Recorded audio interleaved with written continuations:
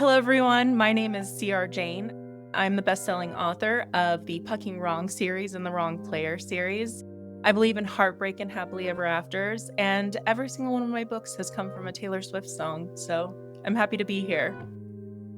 Welcome to Love Letters and Books, a podcast for anyone who loves a good story. I'm your host, Casey, and this week, I'm sitting down for a conversation with one of my all-time favorite authors, C.R. Jane. You may know her from her incredible Pucking Wrong series and all of her books taking place in adjacent worlds. She writes main male characters who are just over the top. They're swoony, they'll sweep you off your feet, they believe in insta-love, and these are characters for whom there is no challenge too big or love too unattainable. Her main female characters are strong, resilient, loving, and lovable. They're the kind of friends that you wish you had. So today, we're going to talk about all things romance, music, inspiration, and even drop into some of the heavier and more emotional topics that C.R. Jane just expertly and beautifully weaves into all of her books. We'll explore shame, self-perception, sexuality, and the burdens that are disproportionately placed on survivors.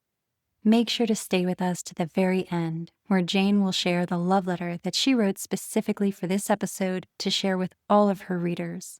Now, at this point, I can barely contain my enthusiasm, so we're just going to get to it. Welcome to the Love Letters and Books podcast. I am so glad you're here. I'm so excited to be here.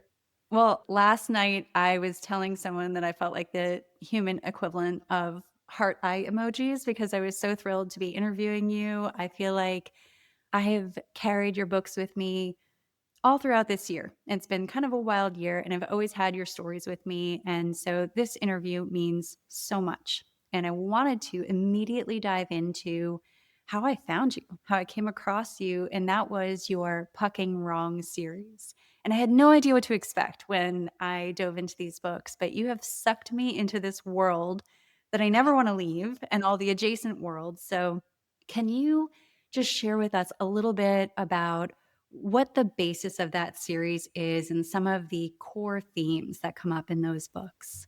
Yeah. So obviously, the Pucking Wrong series has taken me for a pretty wild ride since it came out, and it's still incredible to me that, so many people have read it and continue to read it, and just the love, we call a lot of the fans red flag renegades, and it's like having enough family outside my family to hang out with. But the series came from really, life is really stressful, right? And in these genres, you had either the super fluffy or you had the bully. Most enemies to lovers also are pretty like dark in that they're mean to each other before. And I just got to a point where I couldn't read. There was just so much going on in the world, and I wanted something that felt just like comfort, and so I decided to write it because I couldn't find it.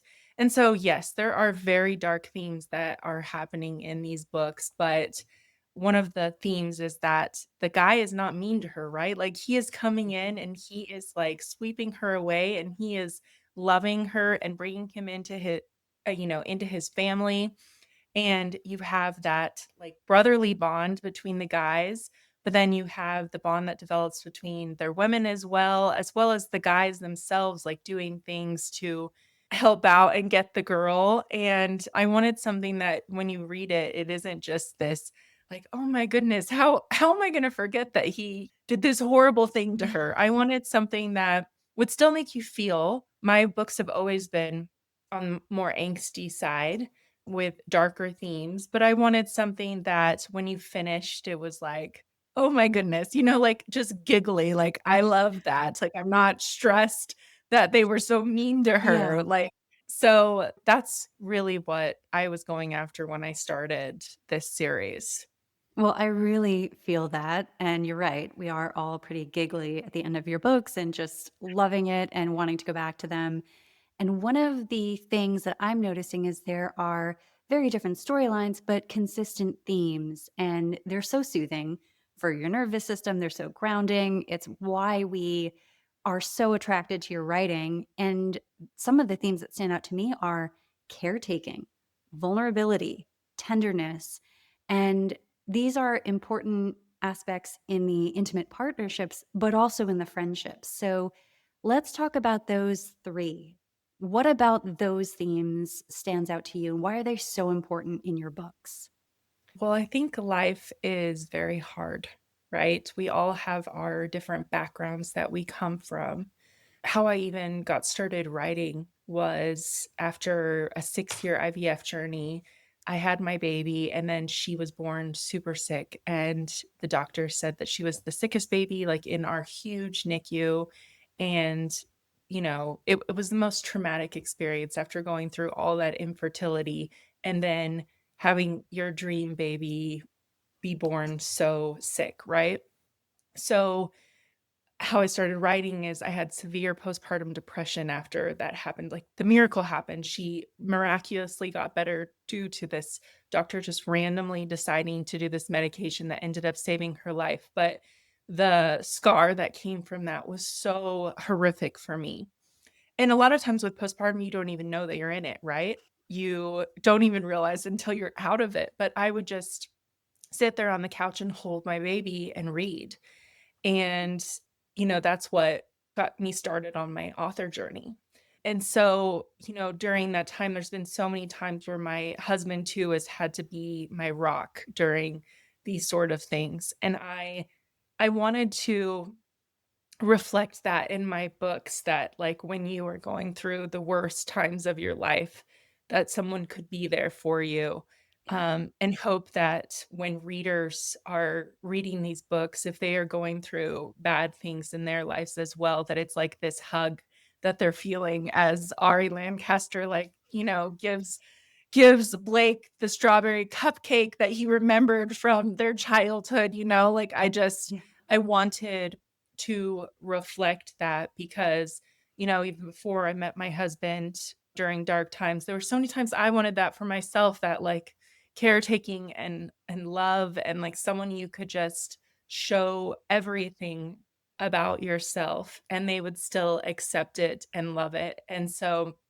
what I love about these women is, sometimes there's been criticism that they start out on the weaker end. But for me, with what they've gone through, the fact that they can even still believe in love, that they can still dare to open their heart to, this found family, to this new love, shows strength that I really admire in people and really admire in my characters and what I want for my characters.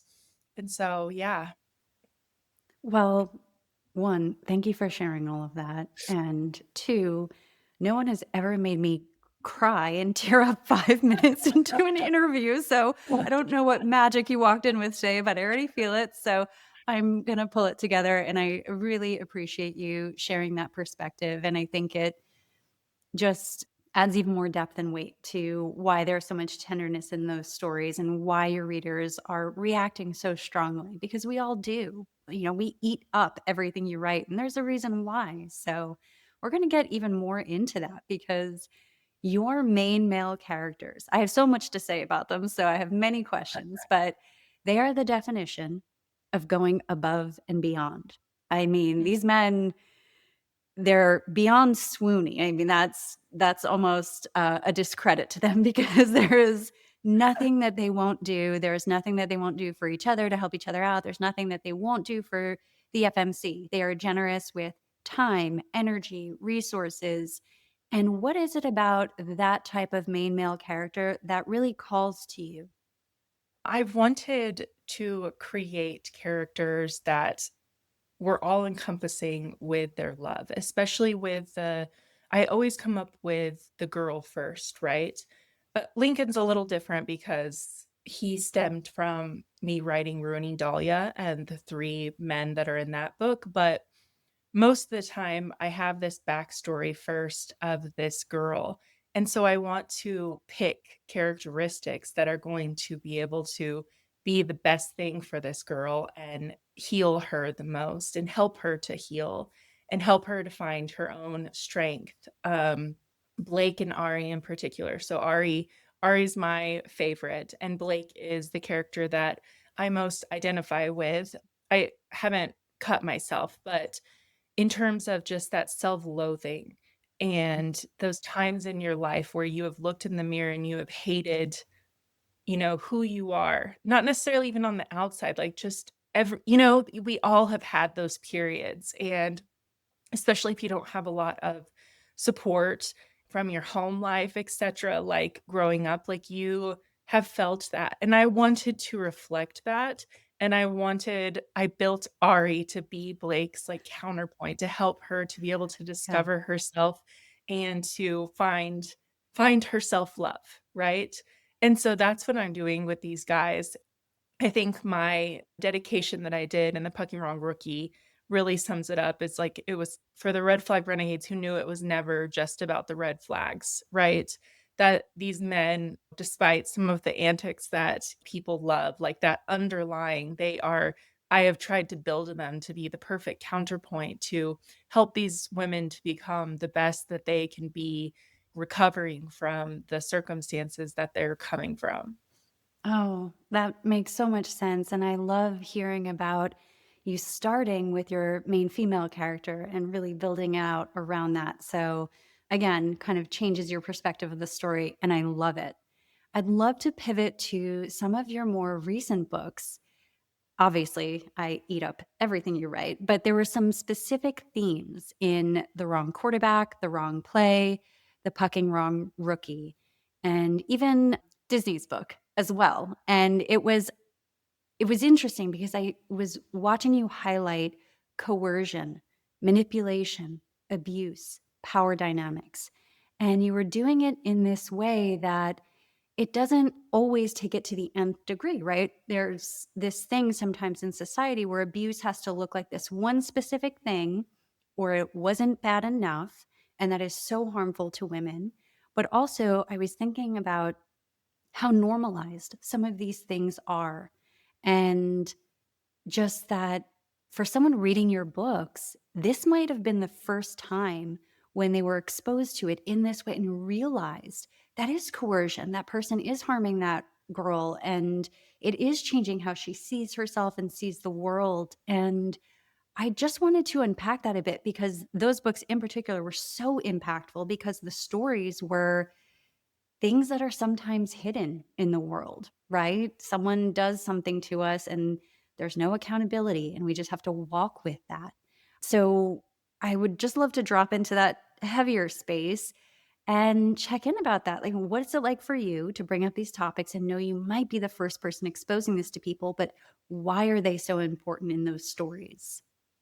I mean, I think that most of the relationships that women actually are in are not the overt manipulation or abuse. It's this underlying thing where people chip away basically at your soul every day until you've been remade into something that you didn't start out as, right?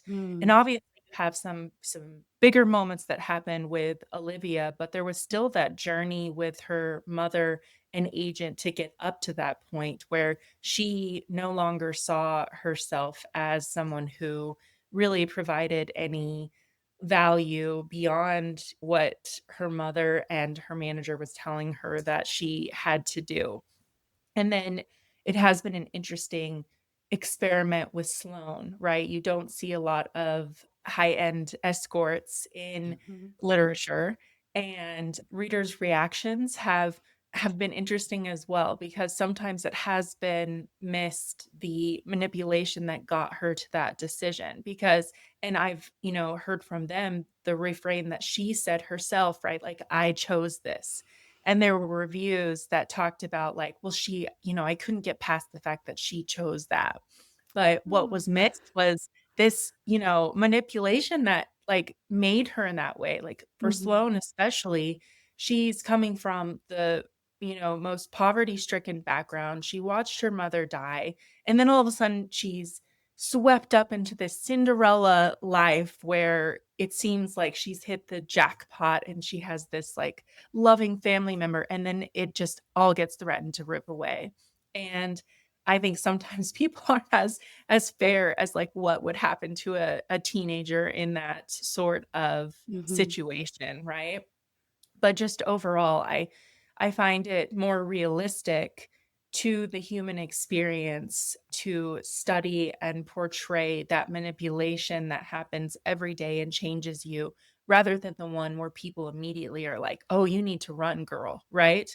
Because a lot Yes. of times it's something you can't even describe when it's happening, and Mhm. until, again, you're either out of it or you're at the end and you realize how much you've been affected by it and how you've been changed. So that's what I was trying to portray in that, just because I do feel like it's much more realistic to the majority of the human experiences and how women are affected, and, why we make the decisions that we do sometimes when it comes to this manipulation.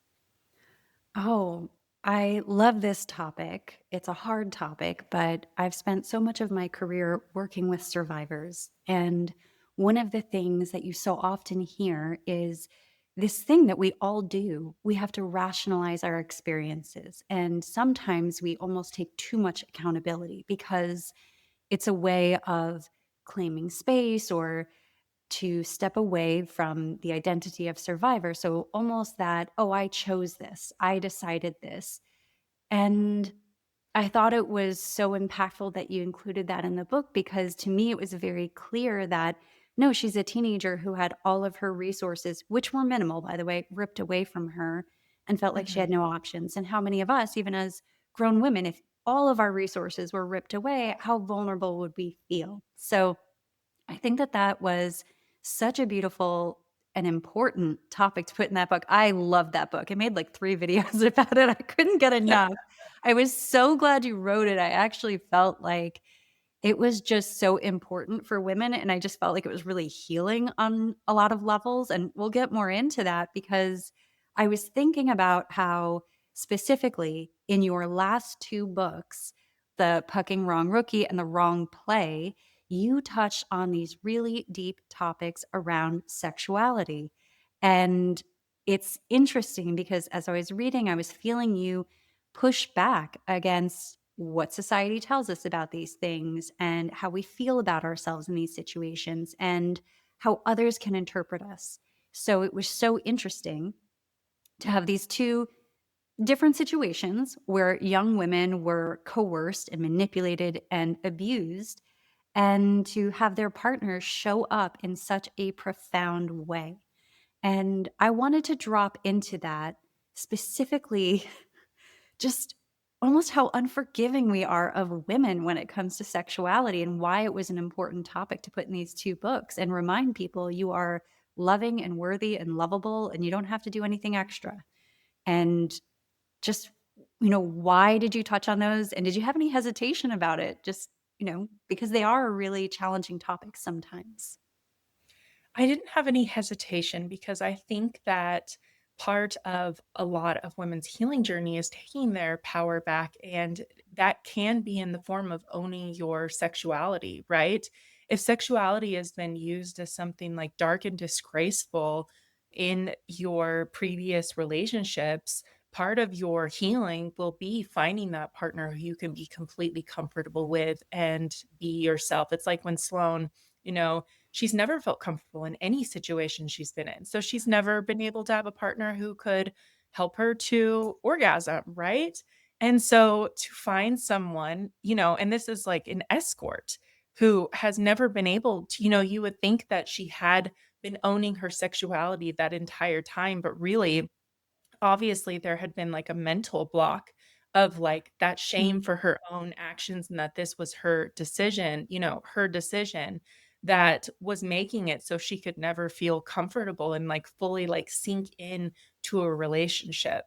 And I think it goes deeper to, it's like the headlines that they put about romance, it's like we are owning the industry, and they are so dismissive in their headlines about the mark that we are making. And I've even had people who are like, "Oh, you make your money on porn or whatever." And it's like, I just can't, you obviously haven't read these books because there's so much deeper sense, and part of being an empowered woman is owning our sexuality. obviously everyone's experience is different. There will be different healing for people to get to a point, but for my women in these books, I wanted that to be part of their strength was opening up that part of themselves and discovering it with the right partner. And it's so impactful when it comes through the voice of a writer you enjoy, that you trust, and you're sharing these stories. And when it comes specifically to the topic of sexuality, it affects all of us throughout our lifespan. And it's connected to so many different other aspects of our personality, our health, our finances, how we feel about Mhm. ourselves, our sense of safety, our sense of shame. And so when you're touching on these things and exploring them, I think it's just so powerful to kind of drop into a book where you do feel safe and maybe you're exploring some of these topics for the very first time.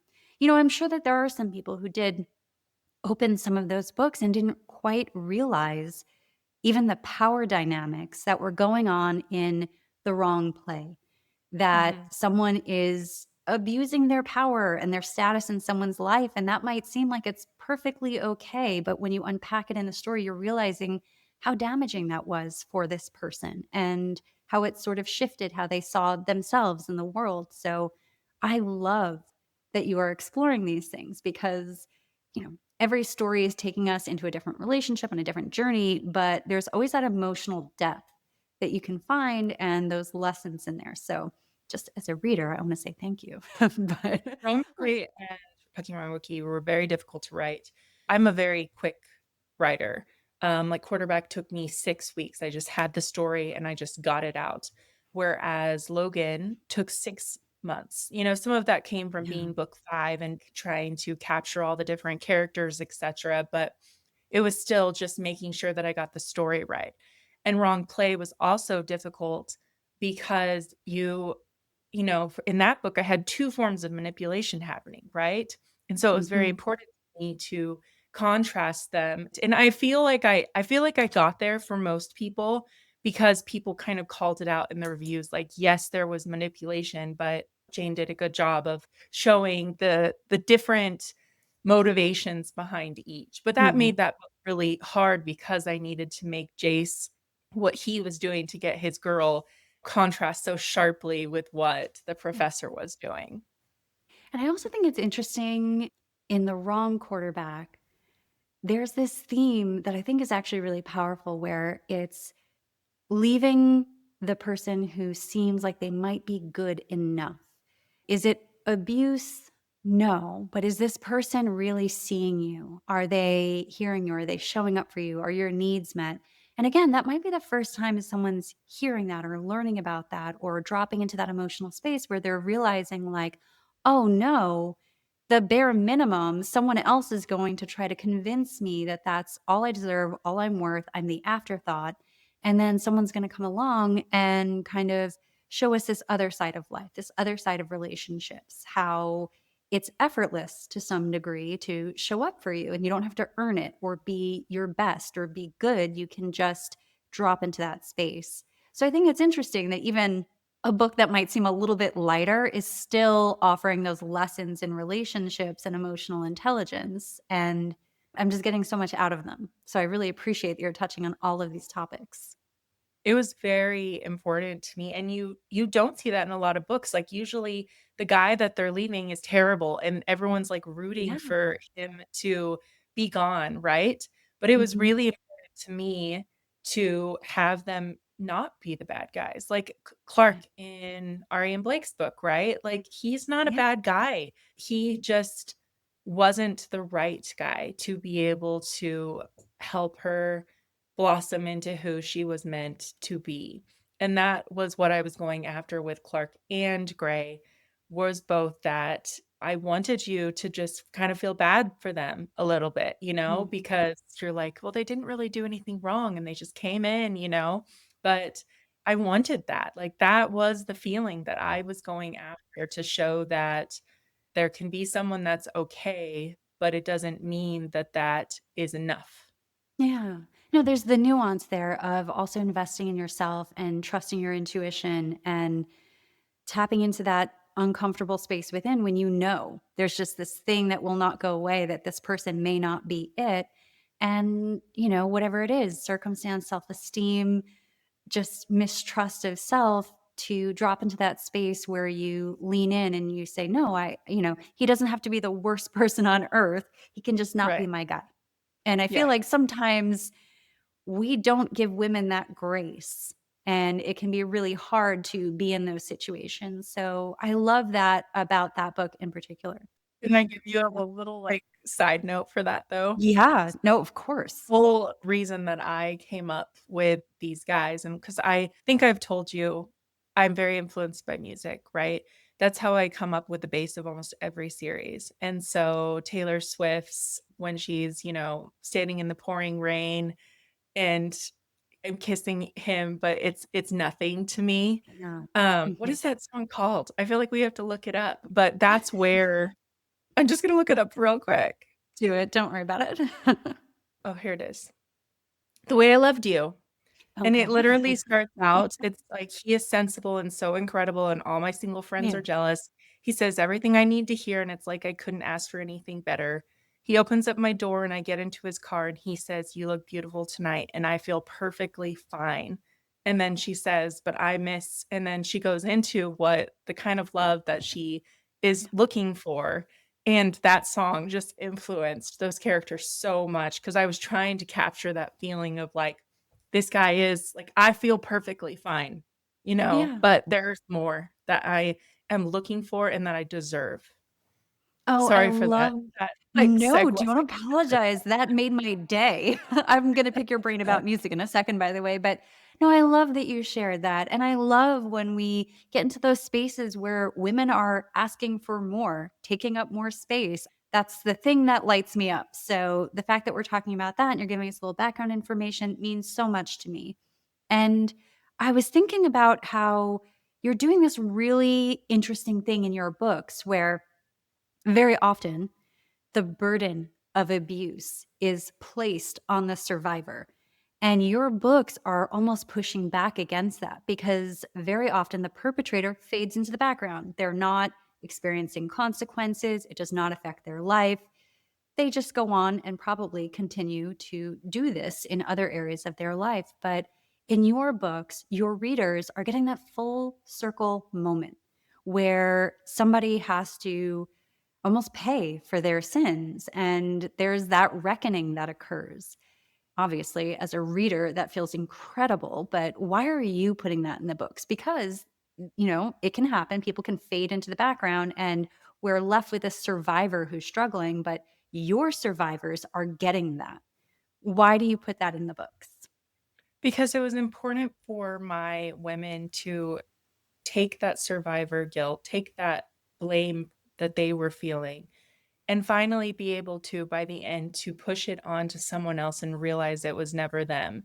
And I Yeah. think a lot of times you need that, especially in a book, you need the tangible form of someone else being able to finally, like, take the fall for what they did to you. And it's kind of interesting, it took a minute, I feel like, for people to for Pucking Wrong Guy, that's the only one where it's like you have some mean people, but no overt villain, right? And that was Mhm. because the villain was herself in that one.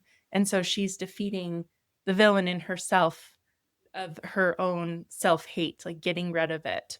I hope that even in that book, you have that moment where she is writing on the mirror in the red lipstick and she is purging that out of herself. Like that's Blake's moment, just like when Walker shows up with his hammer and, all of these things I love happen. that, by the way. That, you know, it's still trying to capture that same thing of having a tangible end to the villain, whether it's inside of you or it's someone else, so that you can finally shift that away from you is what I was aiming for with the women. Oh, it really stands out because for so many of us, we don't get those experiences in real life. And to experience that through a book, even as a witness, it is very healing internally. And I always get that sense in your books. And I kind of want to shift into another aspect of that that really stands out to me is that in so many books, right? Insta love or insta lust is the trope. But what Mhm. I find stands out in your writing is the Insta-Believing. And I want to Mhm. talk about that from the perspective of survivorship.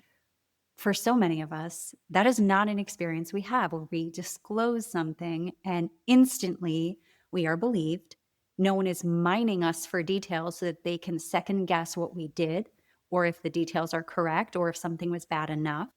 And I'm finding that as I'm reading your books, I mean, my heart was like glowing as I'm reading, but that's one of the things that stands out to me is that your characters are having that experience of instantly being believed, of having someone on their side, of someone who is saying, in whatever terms, I'm going to fix this. We're going to get to the bottom of this. And I kind of won't rest until it comes to that conclusion. And you can tell me as many or as little details as you want, but I'm on your side. And I really felt that in so many of your characters. And, that might be the most fiction thing you put in there because for women, that's just not something we often experience. And for your readers, your books might be the first time that they experience that, where someone discloses and is believed. So, can we drop into that and why you're weaving that in and why that's just a part of your main male characters?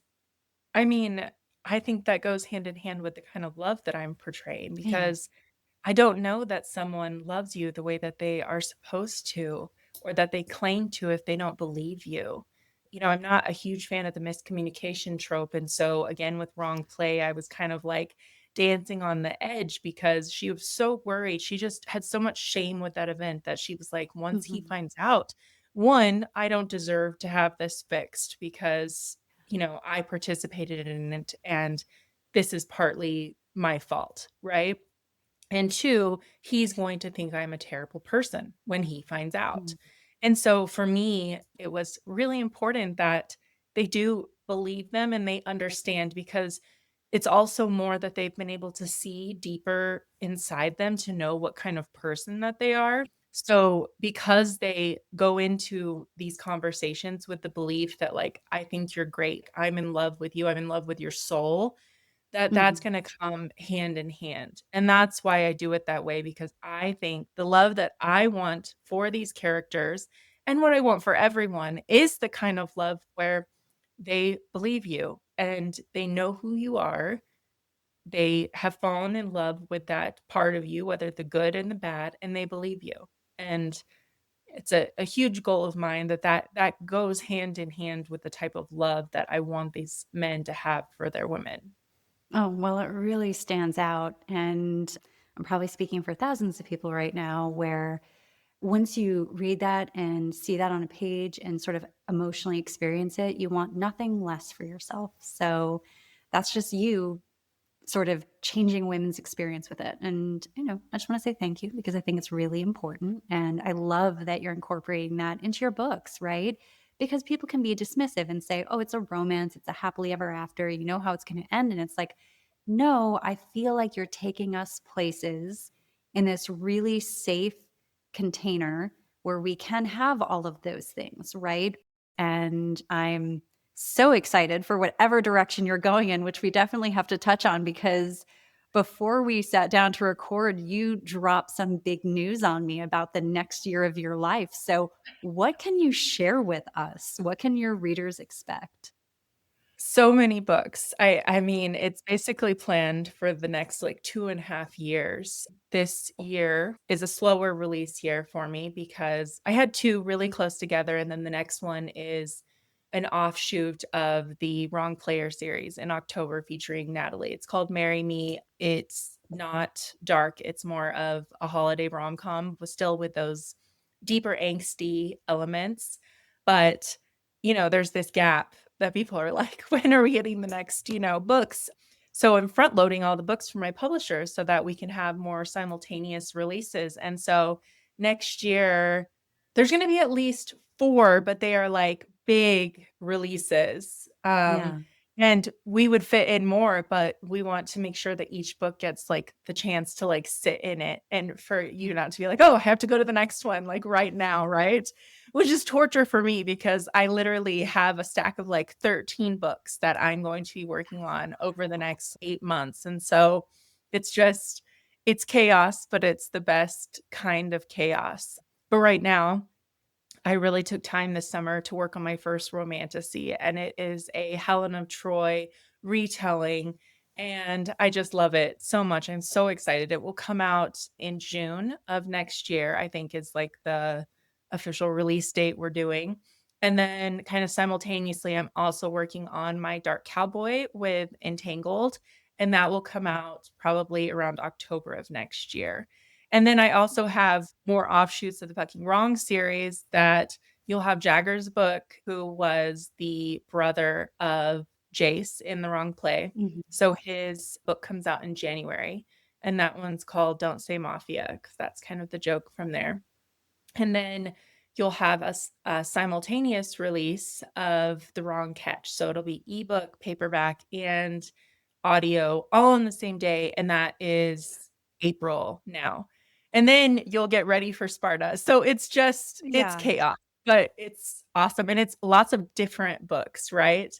But I think you have those same underlying themes that you expect when you open a C.R. Jane book, and, all of them, even like the more holiday rom-com with Natalie, are going to still have those, just different forms.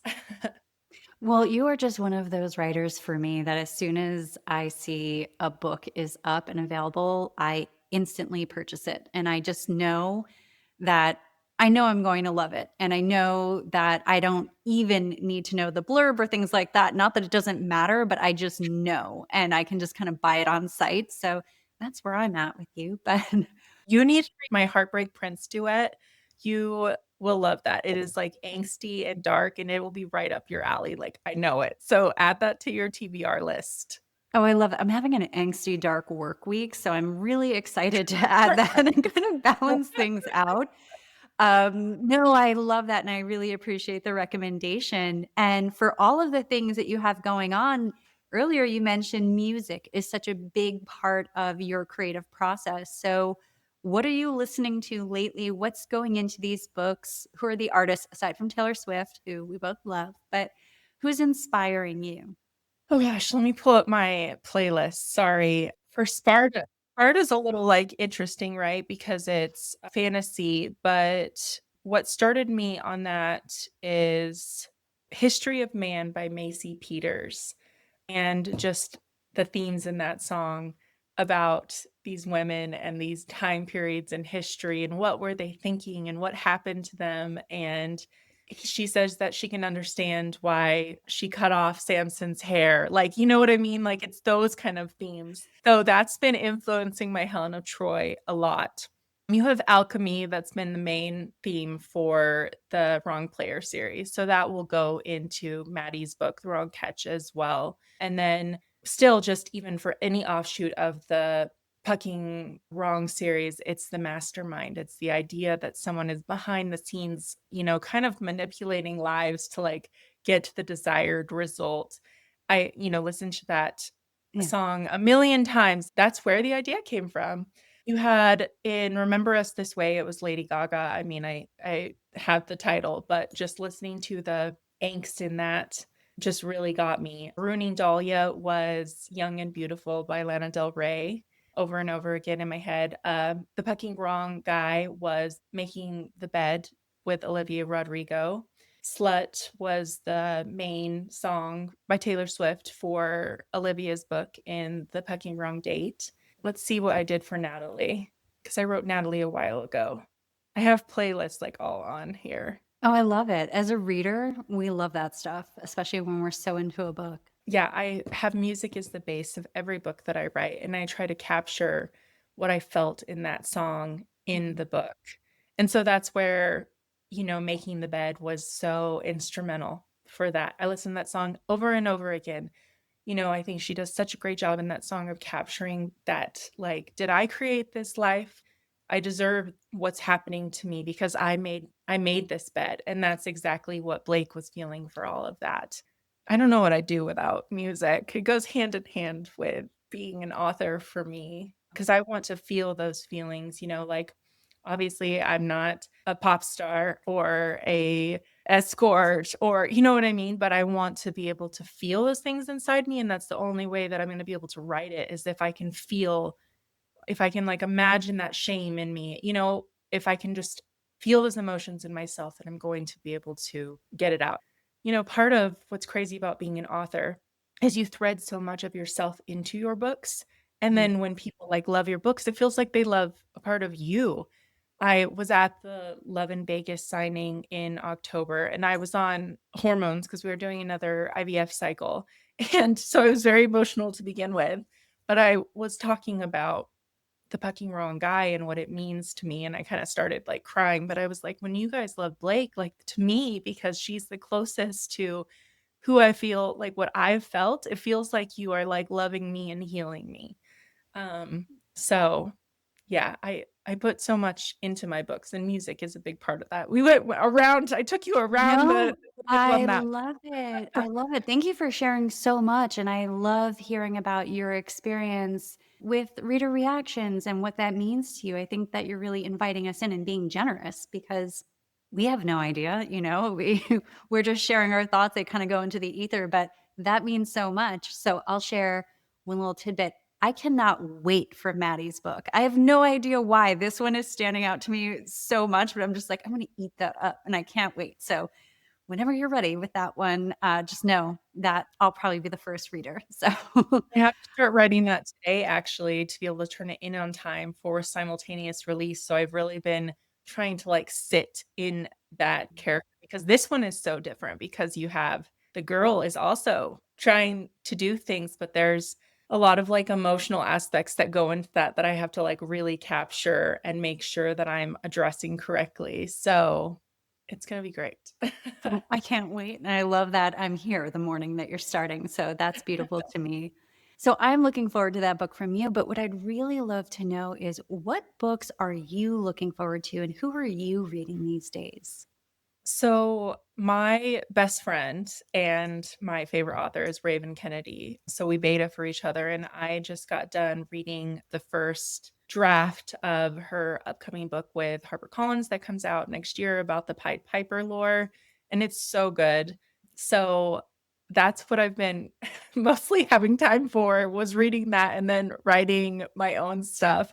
But I think that her ability to just evoke emotions and the way she writes is literally like art to me. She had this one line in her last book of Plated Prisoners that was talking about like curdled moons or something, just whatever the description was like I messaged her immediately and I'm like, this is incredible. So I just highly recommend anyone read her because it's great. Another author that I love to read who I've co-written with in the past for the Rich Demons of Darkwood and Rich Demons of Hockey series is Mae Dawson. And I love her voice and she is really helped me to capture like the sarcastic banter. She's so good at banter. So if you like that, read Yeah. her book, read her co-writes because that voice, like you can thank like the Fucking Wrong series for we wrote Rich Demons of Darkwood right before that, and it really helped bouncing off of her really helped me to develop that part of my own writing, and so I love that in her voice. But I respect my colleagues so much. I feel like every book I read nowadays is a good one. When I'm thick in the writing cave, I don't read that much, right? I wanna make sure I'm Okay. not, like, as influenced by things that I'm reading, and so when I'm in the cave like I am right now, there's not a lot of reading going on, especially because I'm writing such, like, heavy topics that I have to Mm. make sure that I don't read too dark, or else it puts me in way too dark of a headspace.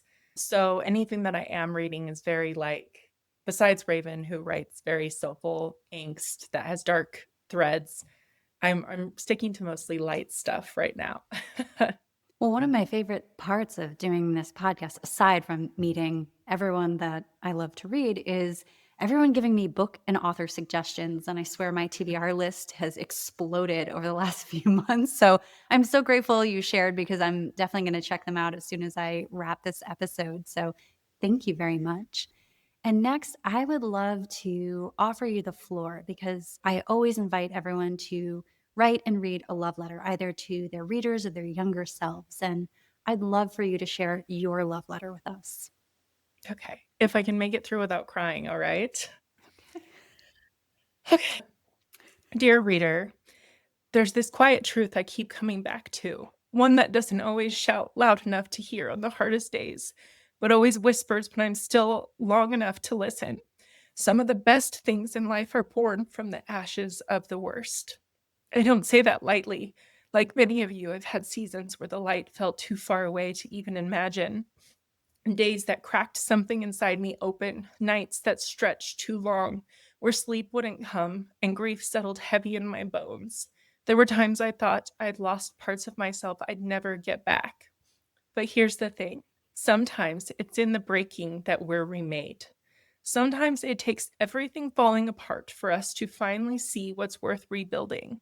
And when we do rebuild, whether it's a life, a dream, a heart, we often find we've created something stronger, wiser, more beautiful, not in spite of the pain, but because of it. The stories I write and the characters who walk with me through them are a patchwork of those moments, of resilience rising out of wreckage, of softness blooming through scar tissue, of love finding its way back to us even when we've convinced ourselves we don't deserve it, maybe especially then. I know some of you are still in the middle of the hard, still figuring out how to breathe with a bruised rib cage and a heart full of questions. And to you, I say this with everything I've got: hold on. You don't have to be unbreakable, just willing to rise, even if it's shaky, even if it's slow. Because one day soon, you'll look around and realize that something stunning has grown from the space where you thought there would only ever be ruins. A love deeper than the heartbreak, a dream wilder than the detour, a you that you never would have met if everything had gone according to plan. So thank you for being here, for holding my words close, for sharing your hearts with mine in the most beautiful, quiet ways. We're in this together, and I believe with everything I am that the best is not behind us. It's waiting just ahead, in the soft light after the storm, in the love we choose again and again, in the stories we haven't even told yet. With all my love, CR.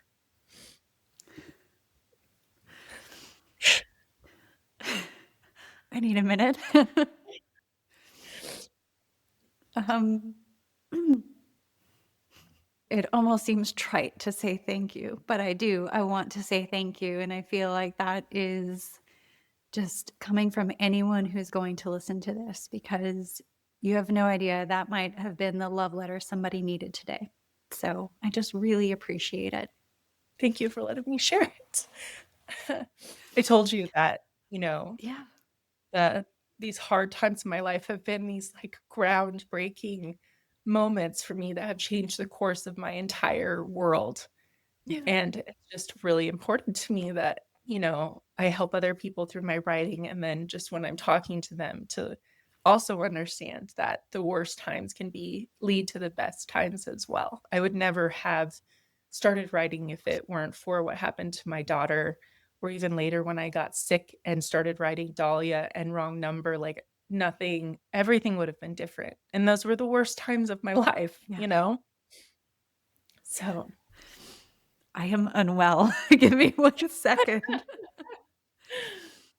Uh, okay. So I do want to say thank you, and I want to say that I agree with you, and it's so hard to agree with that because when you're in it and you're feeling all of these feelings and it feels like it's never ending or life has changed so drastically, you can't imagine it ever going back or ever moving forward. I feel like your words are just hitting that wound in a way that it feels like a balm, and it feels really good. And so I just want to say thank you for sharing that with us and just going so deep in this podcast, in this discussion, but also in your love letter. And I really appreciate it. hopefully you could hear me through crying, because sometimes my voice gets high and squeaky and you can't hear it if I'm crying. Between the two of us, we're both crying. So, no, we're going to do our best and just trust in the editing. I just want to offer to anyone who's listening, where can we find you and connect with you? Obviously, I'll put links in show notes to your social media and your website, but where are you existing on the internet these days? So I'm most active in my reader group, which is CR's Faded Realm. There's like, I don't know, almost 45,000 of us in there, and it is such a good time. I'm also really active on my Instagram. I try to answer as many reader messages as I can. I don't always get to everything, but I try. I love being tagged in posts and I try to reshare all of those. And I have a TikTok. I do post daily there, but my favorite places to interact with readers are definitely my Facebook group and then my Instagram. So, Excellent. Well, I'll make sure to put those links in the show notes. So thank you so much for joining us and for being so generous in all that you shared about your books and your writing and your characters. I really appreciate you. I loved your love letter, and I hope that you'll join us again soon. thank you for having me. Thank you for listening to this episode of Love Letters and Books, a podcast for anyone who loves a good story. If you enjoyed this episode, please take a moment to follow, rate, and review this podcast on your favorite listening platform. You can find me on both Instagram and TikTok at Love Letters and Books. And if you're interested in being a guest on Love Letters and Books, suggesting your favorite author, or just want to write in an original love letter to yourself or someone else to be read on air, please send me an email at lovelettersandmixtapes@gmail.com.